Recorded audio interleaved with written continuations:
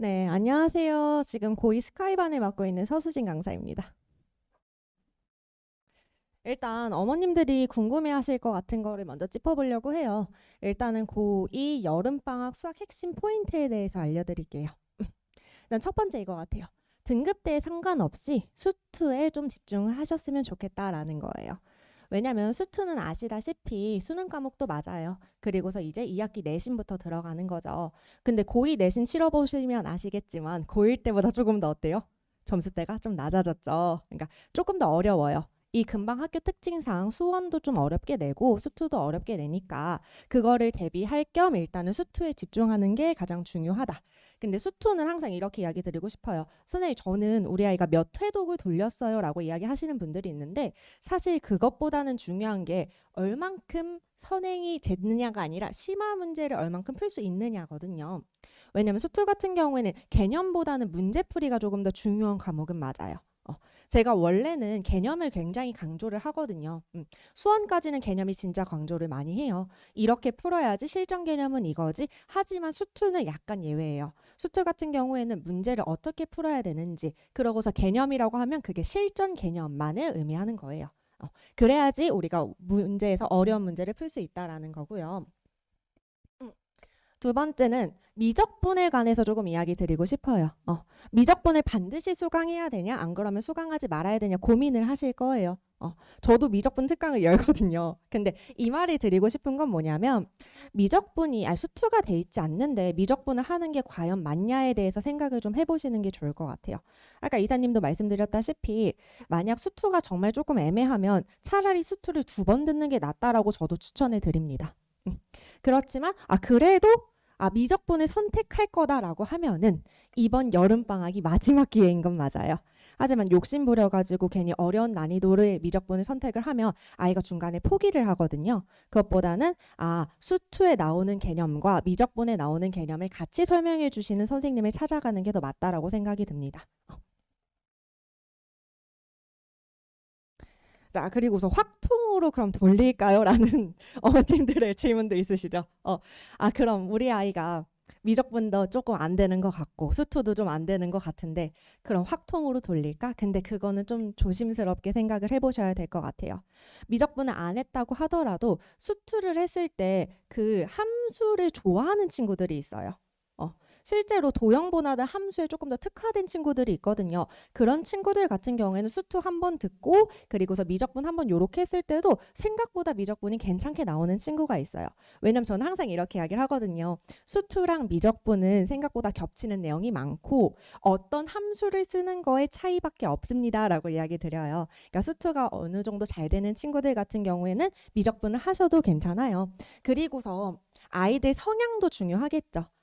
우리 아이가 경우의 수 고등학교 1학년 때 봤죠 시험. 고등학교 1학년 경우의 수를 봤는데 너무 못해.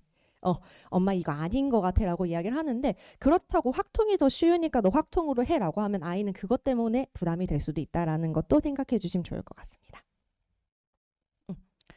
자, 그리고서 그 수투에 대해서 계속 이야기를 해보자면 학생들의 수준 차이가 많이 나는 것 또한 수투 같아요. 왜냐면 한 번 봤던 친구가 오히려 더 잘할 수도 있는 거고 그렇다고 여러 번 했던 친구가 반드시 잘한다 이건 아니라고 생각이 든다라고 계속 이야기 드리잖아요. 그래서 한 번 배울 때 좀 제대로 배우셨으면 좋겠습니다. 그래서 가장 중요한 거는 그냥 어디에나 있는 그냥 세부적인 개념이 아니라 실전적으로 수투에서 많이 쓰이는 개념을 잘 알고 가는 것이 중요하고 수투라는 단원이 함수에 관한 내용이 많다 보니까 함수들의 성질 있잖아요, 어머님들. 그 성질들이 아이들이 사실은 까먹어요. 고1 때 함수를 배웠는데 그럼 이제 고2 때는 당연한 거예요. 너네 이거 고1 때 배웠으니까 당연히 알고 있지라고 선생님들이 넘어가시거든요. 근데 아이들은 그게 어떻게 돼요? 기억이 안 나는 친구들도 있죠. 그러니까 그런 것도 잘 정리해 주면서 같이 함수 자체를 들여다보시는 게 중요하다고 생각이 듭니다. 제 수업 특징에 대해서 조금 이야기 드리려고 해요. 이제는 저는 일단은 기본 교과 내용부터 심화 실전 풀이까지를 개념으로 적어주고 있어요. 이걸 제가 적어주는 이유는 딱 한 가지. 일단 남학생인 경우에는 애들이 일단 자기 글씨도 못 알아보는데 너네 필기로 했다고 한데 그걸 다시 볼까 싶어서 제가 드리는 거고요. 그리고 저는 이거에 대해서 애들한테 좀 감동을 받은 적이 있었거든요.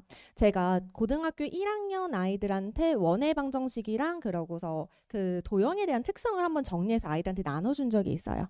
근데 지금 제 수업 듣고 있는 고2 친구가 아직도 그걸 보더라고요. 이번에 삼각함수 활용 들어가잖아요. 근데 이번에 그 단원이 원에 대한 특성이 필요해요. 근데 사실 아이들이 어쩔 수 없어요. 내신을 하다 보면 수학 제외하고 타 과목에서도 외우는 게 되게 많은데 그럼 아이들의 머리 용량은 한계가 있는데 까먹을 수밖에 없잖아요. 그러니까 아이들이 그거를 보는 거죠. 그런 걸 보는 걸 봤을 때 아 그래도 내가 요렇게 정리해 주는 게 의미가 있구나. 아이들이 못하겠으면 내가 해서라도 암기시키면 된다라고 생각을 하고 있고요. 그래서 항상 개념 같은 거는 제가 손필기로 다 직접 나가고 있습니다. 그리고서 효율적인 문제풀이 방향을 제시를 해요. 수틀 같은 경우에는 사실 어떻게 푸느냐에 따라서 문제풀이의 길이가 달라지거든요. 그래서 최대한 가장 효율적인 방법으로 아이들한테 제시하고 있고 그리고 클리닉 같은 경우는 월요일부터 금요일까지 2시부터 5시 좀 길게 잡았어요. 적어도 고2 친구들은 3번 이상을 부르고 있어요. 작년 같은 경우에도 제가 계속 불러서 저는 특강 했으면은 특강 클리닉, 정규 요렇게 그냥 풀타임으로 잡는 편이거든요.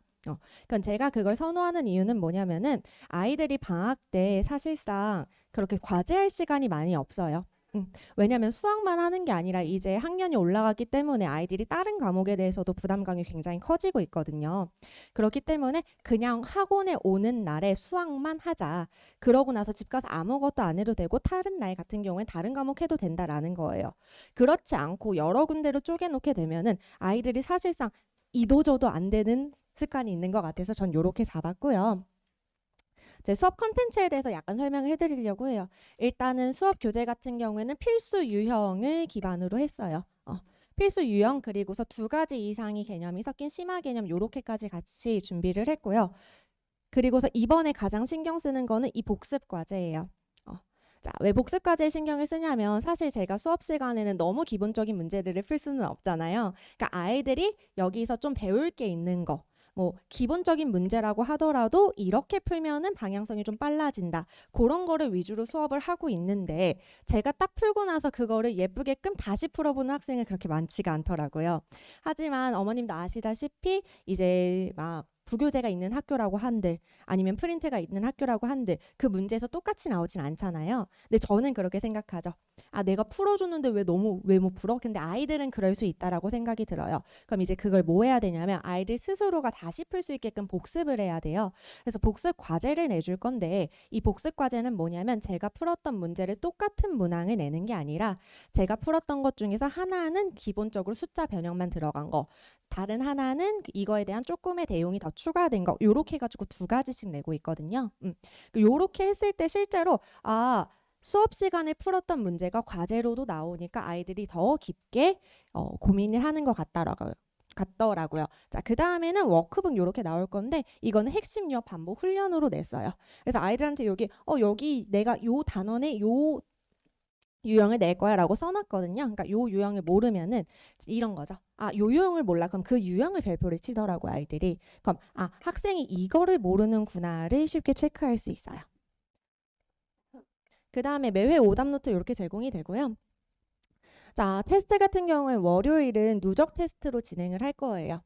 그래서 처음 배운 것부터 그러고서 배운 단원까지 이렇게 누적으로 학습을 시킬 거고 금요일에는 해당 주차 내용으로만 시험지를 구성을 할 겁니다. 클리닉 같은 경우에는 수원, 수투 공통 과목 테스트는 따로 진행을 할 거니까 그거는 걱정 안 하시면 좋을 것 같아요. 네, 수업 관리는 이렇게 진행을 하고 있어요. 이제는 어머님들도 느끼셨겠죠. 1년 지나고 2년 이렇게 돼가고 있으니까 아이들이 엄마가 숙제를 검사한다거나 내 가방을 뒤지면 일단 화부터 내요. 근데 엄마들은 궁금하잖아요. 학원을 보내놨는데 공부한다고 왔어. 근데 집에 왔으면 사실 아이들은 핸드폰을 주로 하죠. 그러면서 하는 이야기가 그거 같아요. 엄마 나 학원 여태까지 학원에 있다 왔잖아. 나 힘들어 이러죠. 그쵸? 근데 딱 받아봤는데 과제 공부를 하고 있는 건지 안 하고 있는 건지 그게 궁금하실 수 있다라고 생각이 들어요. 그래서 제가 항상 이렇게 문자를 보내드려요. 과제 정답률도 보내드리고 푼 과제 개수도 해요. 자, 제가 몇 문제를 냈는데 이 친구는 몇 문항을 풀었고 거기에 맞은 문항은 여기다 라고 해주면 어머님들 아 얘가 공부를 그래도 했구나 이날은 아 이날은 공부를 좀 안 했네 라는 걸 체크할 수 있고요. 시험 같은 경우에는 제가 따로따로 본다 그랬잖아요. 누적 테스트 따로 그리고서 여기선 그 단원별 따로 요렇게 해드리고 있으니까 여기 단원에 뭐 들어가네 아 누적 테스트 얼마네 자 학생 점수 평균 최고점 요렇게 나가고 있거든요. 그래서 아 우리 아이가 이반 수준에선 요 정도 하는구나를 체크해 보시면 될 것 같아요. 요건 계속 누적으로 쌓이고 있는 거고요.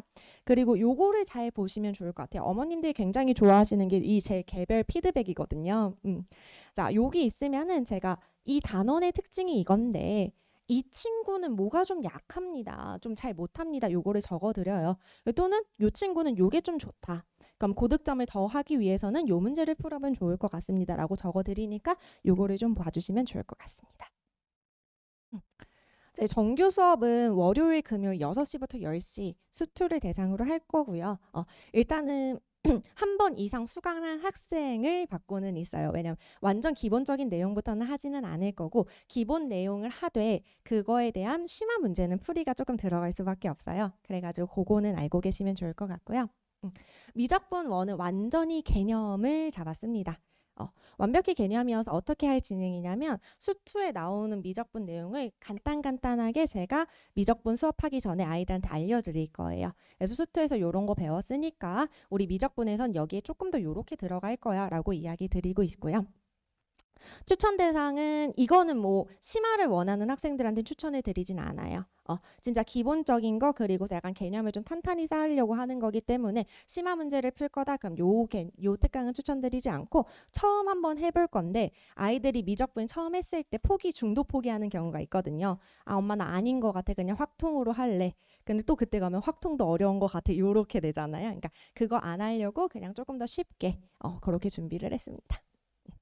자, 그럼 들어주셔서 감사하고요. 저는 여기까지 하고 내려가겠습니다.